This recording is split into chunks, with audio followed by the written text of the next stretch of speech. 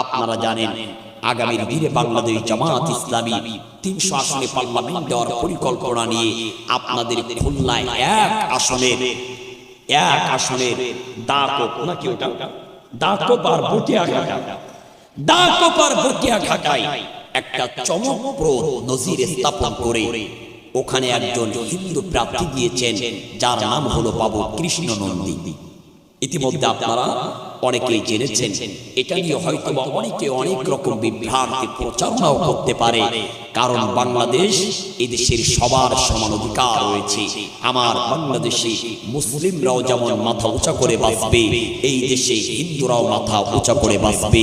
এদেশের সবার সমান অধিকার রয়েছে। আমার বাংলাদেশে কোনো সংখ্যা লঘু আর সংখ্যা গুরু বলে কোনো শব্দ থাকবে না।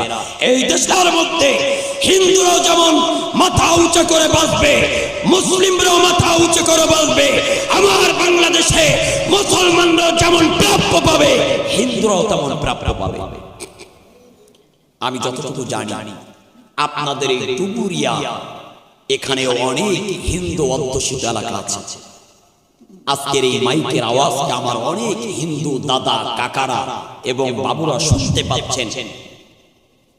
আমরা আশাবাদী আগামী দিনে যদি আমরা সবাইকে নিয়ে একটি প্ল্যাটফর্মে এসে আমরা কাজ করতে পারি, আগামীর বাংলাদেশ হবে একটা ন্যায় ইনসাফের বাংলাদেশ।